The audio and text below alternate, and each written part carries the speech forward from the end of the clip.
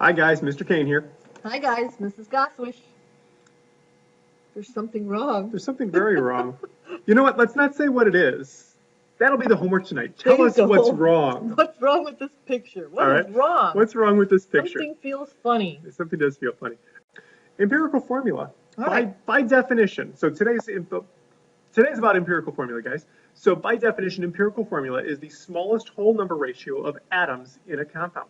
Do you know I call this EF for short because I'm such a lazy person? It sounds good. Doesn't that sound nice? It does sound nice.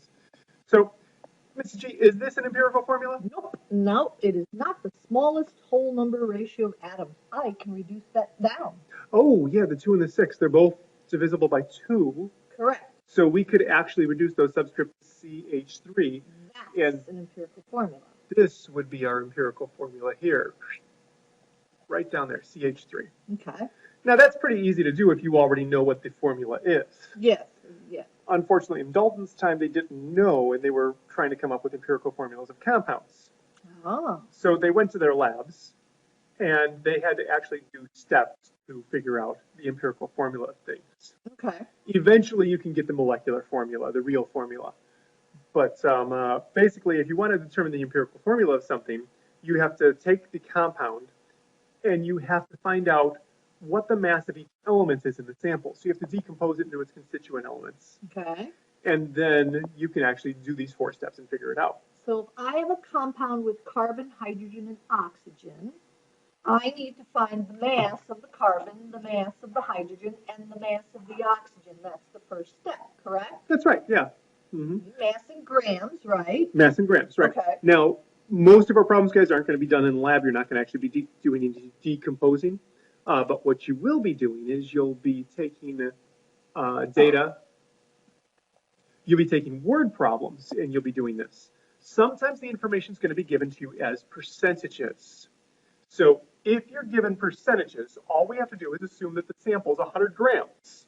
That way the percentages are going to be equal to the masses.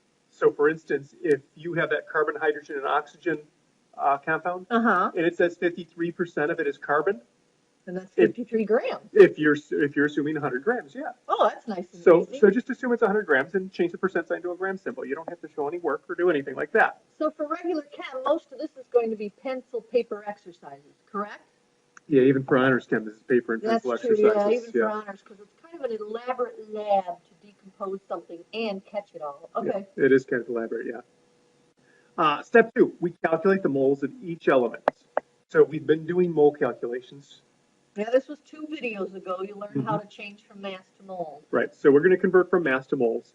This gives us a nice molar ratio, but if I tried to write the molar ratio as right now, it's got fractions, it's decimal form. So, you don't have C62.4, H94.3 or anything like that. You don't have that fraction. When we were doing the other video, we were getting results like 1.43, 4.67 moles. So you're saying you can't use those as subscripts. Right, you can't use those as subscripts yet because they're not whole numbers. Yeah, that makes sense. Okay, so the third step is to divide the moles by the smallest number. This is a mathematical trick. We're going to make these numbers look like we're going to make them look like they're whole numbers almost. Okay, so let me get this straight. So for number 2, I've changed my mass to moles. So I've got a bunch of moles staring me in the face for all the elements in the compound. Right, so carbon, hydrogen, oxygen, you've now got 3 different molar ratios. Moles. Okay. For number 3, I have to pick the smallest number in number 2 and divide them all by that number? Yeah, that's right. And so one of them, you're dividing it by itself. Oh, so I'll always have a 1. Right, you'll always get a 1. Okay. Yeah. And then most of the time you wind up getting numbers that look like fractions that we recognize, 2.53, so that's 2.5. Okay. Sometimes you get 0.99, that's 1, right? Or 1.03. Okay. Okay, so these numbers have been rounded a couple times. If they look like they're close to a whole number, they're going to be a whole number. If they look close to a fraction like 2.5 or 2.25, they're probably those fractions. Okay, so there's a 4th step here, isn't there? There's a 4th step. We still can't have fractions. Okay. So when necessary, we're going to multiply these subscripts, these numbers that we've been getting, by 2, 3, or 4 so that we get whole numbers, so that Dalton is happy. Okay, so in step 3, if I get a 1.01 or a 0.999, I'm good. Right. You call it 1. Okay, but if I get a 1.5, a 2.5, a 1.33, or a 2.67, I have to do step 4. Right. You're going to have to do step 4, and you're going to have to multiply all of them so that you get a whole number. So the 1.5, the 2.67, and the 1.33 are not close enough to round. Nope. So you got to do step 4. Yep. Okay. Let's do an example. We'll make this clear as water. Okay. Okay. Oh, before we do the example, a poem. A poem. It's all yours. Humpty Dumpty sat on a wall. Oh wait, that wasn't the poem either. The poem that we're trying for is percent to mass, mass to mole. Divide by smallest, multiply to whole. Percent to mass, mass to mole, divide by smallest, multiply till whole. Those are the steps in a nice little poem. Yeah, those are nice 4 steps. So if you have trouble memorizing those 4 steps, this is easier. All right. The example here, guys, is this.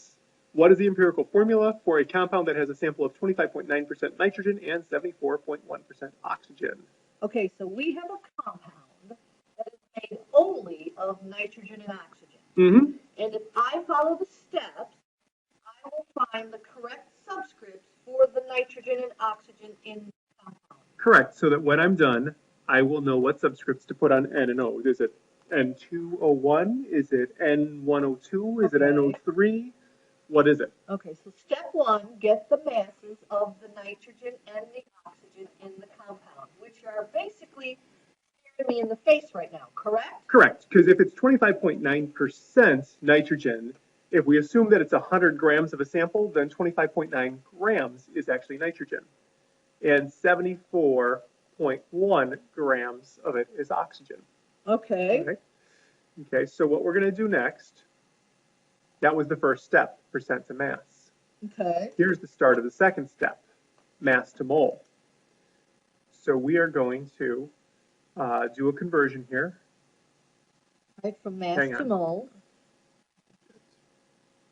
Sit down.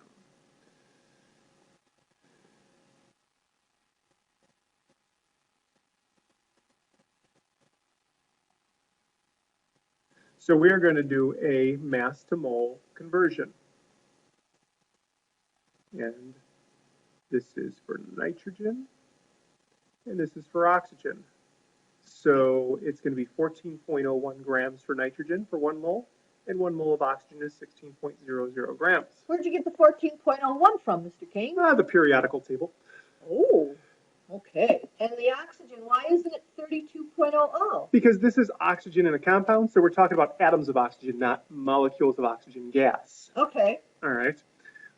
So we're going to get some answers here.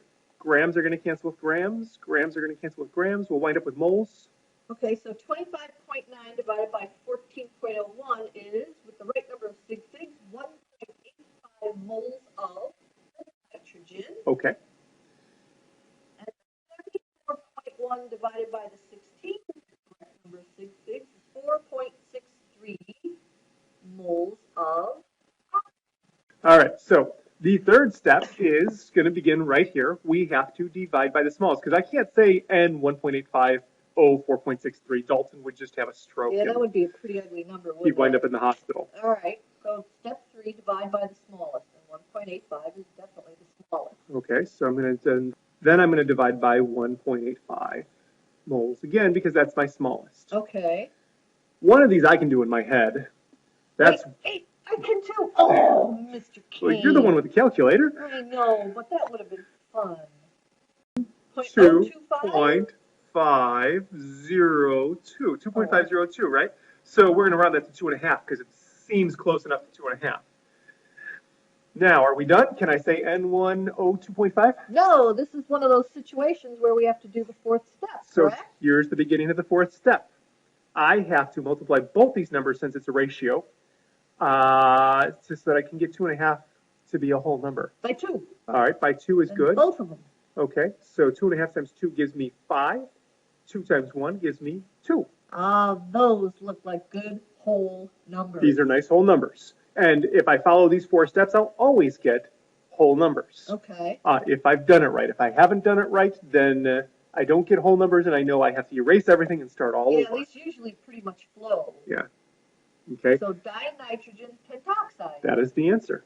Okay, now, Mr. Kane, I noticed that that's a molecular compound. Yep. It turns out that ionic compounds, like we've talked about before, they're usually already reduced into empirical formulas. Okay, so most of the empirical formula examples and problems will revolve around molecular compounds, carbon, nitrogen, oxygen, fluorine, etc. Okay. Yep.